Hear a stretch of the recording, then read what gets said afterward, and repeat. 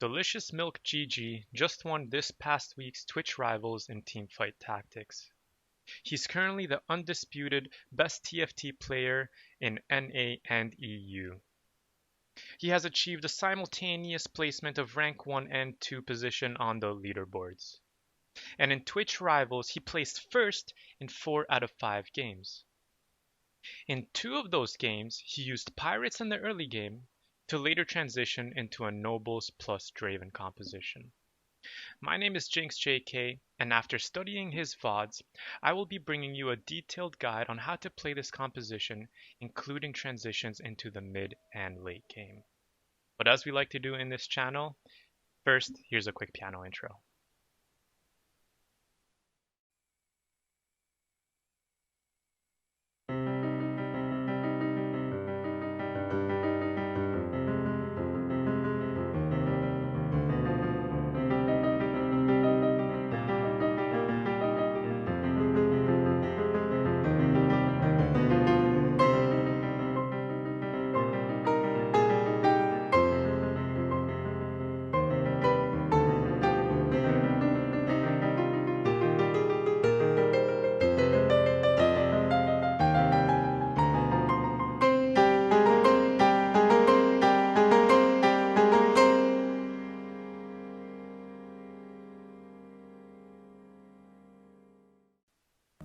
Nobles are a hard composition to come by because it relies on finding the Kale being a 5-cost unit. So the idea behind the build is to use Pirates to economy up to 50 gold and get to level 8 before other players in the lobby. And once you're at level 8, that's when you're going to be rolling for the Kale. So let's look at the leveling stages and when you want to level with this build, because this build is all about economy. So when you're starting off, you're not going to be touching the level up button all the way until Krugs. At Krugs, you have to make a decision. You're either going to be leveling to 5 because you need to beat the round, or you're going to stay at level 4 and level up to 5 on this stage. Now, the general rule of thumb is if you have 2 upgraded units, you can usually beat Krugs. If you do not have any upgraded units or just 1 upgraded units, it's much safer to level up to 5. Now, if you're leveling up to 5 on this round, we're not going to be leveling up to 6 until this round. This is the stage where you're going to level to 6, and if you don't have any upgrades at all, you're going to start rolling a little bit to find some of the upgrades in either the Darius, the Garen, Graves, Pike, Lucian, the Nobles. Keeping in mind, by the way, that any Noble you do find that's outside of these 5, you're going to be collecting on the bench. Once you hit that level up button over here, this is where you're going to be adding in whichever Noble you've upgraded first, whether that's the Fiora, if it's the Vayne, or if it happens to be the Lucian. After you've gotten some upgrades and leveled up to 6, we're going to be waiting to level up to 7 until, again, we're going to delay it until this round. It's a much better interval to level up to 7. So you're going to be pushing for level 7 on this stage. And because of the Pirates and you've been economying this whole time, you want to hit level 8 on the round right after this carousel. Most people in this current meta level to 8 after Raptors, but because of our Pirates, because of our economy, we're able to go to 8 and have enough gold left over to roll for our Kale. And if we quickly take a look at the tentative patch notes coming out this week, there are no changes being made into the Noble, this Noble composition that we're going to be playing. So this build will still be viable after the patch this Wednesday. These are the 5 core units that you will be using in the early game. Now, I do not recommend forcing any build, so let's talk about some early requirements for you to make the decision of, okay, I'm going to go into this build. First, you want to have started with a Darius or Garen, with at least one of them being upgraded. And now, if you've been collecting Graves, and you've seen 3 copies of him and upgraded him to a 2-star, this is where you can start heading towards this build. From this point on, you start looking for pirates. If the game gives you GP, this is where you can 100% commit to the build. And now you're looking for your third pirate in either Pike or Twisted Fate. Heavily prioritizing the Pike. Let's say you do find the Twisted Fate first, and you haven't upgraded him, go ahead and replace him with a Pike as soon as you find it. If for some reason the game just gave you 3 copies of Twisted Fate early, then that's okay. Upgrade your Twisted Fate and you can use him as your third pirate. But for now, we're going to be using the Pike as an example. So we talked about early champion requirements. Now let's look at early item requirements. What you want to keep an eye out for is if you're getting recurve bows for RFC, a chain vest or giant's belt for red buff, or again a chain vest or BF sword for guardian angel. Now let's talk about these item placements. You want to have the red buff on Graves because most likely your Graves will be upgraded before your GP. If your GP is upgraded before the Graves, go ahead and put that red buff on the Gangplank.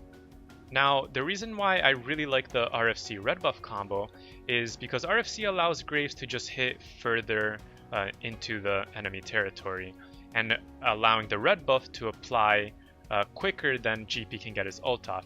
Right on that first auto, he's applying the red buff to multiple units. And Guardian Angel just allows Gangplank to get that ultimate off, and it's a late game item that will be staying on him for the long term. Now a quick note on this early game positioning and why we want to have the GP and Graves between our 2 knights, and this is something I picked up from Dota Auto Chess. The units that will be taking the most damage here are the Darius and the Garen. Reason being is that all units in these slots and to the left will be focusing the Darius. All units in these slots and to the right will be focusing the Garen. Meaning that the only things that can hit the Graves are melee units directly in front of him or ranged units in these slots. Same thing goes with GP, only units in these slots. What that does is it allows our Gangplank and Graves to live the longest, and they are our carries of the build, so that is important. Now with this information, you can manipulate positioning for champions that need to get their ultimates off very, very quickly in order for you to win a fight. And those champions being something like Sejuani or Cho'Gath. So what you can do then is put Sejuani in a spot, and usually this is when they are 2 starts, so they don't just die before getting their ultimates off. So put them in a position where they take the most amount of damage. This will fill up their mana bar very, very quickly, and allowing her to get her ultimate off very quickly to win you that fight. Something else that you can do is once you do have a Guardian Angel, you can just put units in the back or in the middle and then just frontline your Sejuani, and she will be taking damage from every single unit on the field. And because of the Guardian Angel, if she does die from it, she just comes back at full mana and gets her ultimate off very, very quickly. Now I know what you're thinking, hey, GP has Guardian Angel, why aren't you just frontlining him in the early positioning? Because there's a difference here. We don't want GP to get his ultimate off quickly. We want him to get as many ultimates off as possible. So that's why we put him in a slot where he can live the longest, allowing him to get multiple barrels off and allowing him to explode them multiple times. Now let's take a look at this mid-game transition and what we want to add in once we go to level 7. With this build, you want to keep pirates on for as long as possible. So at level 7, you're just going to be adding in any noble that's been upgraded. Let's say that happens to be the Vayne. And what happens from this point on is you're just waiting for the Draven. Once you hit that Draven, that's where you're going to be putting in Blade Masters. Draven, and this is where you throw in the Fiora. Even if she's not upgraded, you're putting her in just for that Blade Master buff. And now what you're doing is you're waiting for the Draven to get upgraded to a 2-cost unit. Once Draven is upgraded, this is when it's time to sell the Graves and give the items over to Draven. If he has an available item slot, you do give the red buff to him. If he does not have an available item slot, for example, you filled it with Infinity Edge and let's say Bloodthirster, Dragon's Claw, Phantom Dancer, Runon's Hurricane are all great items, then you go ahead and give the red buff to GP instead.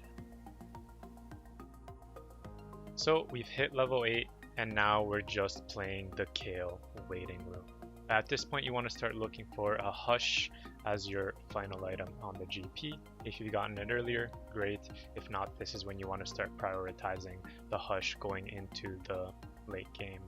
At level 8, remember, if we had our Draven upgraded, we take out the Graves. If our Draven is still not upgraded, he's a 1-star unit, we keep in the Graves and the items are staying on him.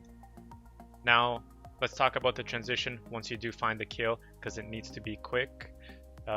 Once the kill comes in, the 3 pirates, the Pike and Graves are coming out. Leona goes in, and we still need the Vayne. This is when you're going to be breaking that Imperial buff. And now quickly, let's go over the positioning. So this is the positioning that you want for your 6 nobles. So as always, I just want to say thank you guys so much for watching. If you did enjoy this video, leaving a like helps tremendously. I do stream over at twitch.tv/JinxJK Monday to Friday. I'd love you to head on over there, hit that follow button, and come say hi. Don't be a stranger. See you guys in the next video.